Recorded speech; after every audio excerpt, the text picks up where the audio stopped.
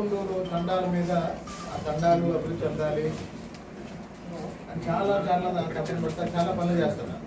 ఇప్పుడు 10 రోజుల్లో నీళ్ళు వస్తుంది, కృష్ణానది నీళ్ళు. అలాగే చాలా చోట్ల యూత్కి ఉద్యోగాలు రావాలి అని కోచింగ్ సెంటర్ పెట్టారు.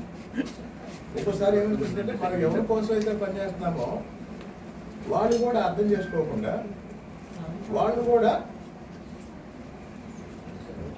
నెగిటివ్గా మాట్లాడతారు. చాలా మంది నాయకులకి ఏమైందంటే ఊరి కోసం చాలా చేయాలని చూస్తారు.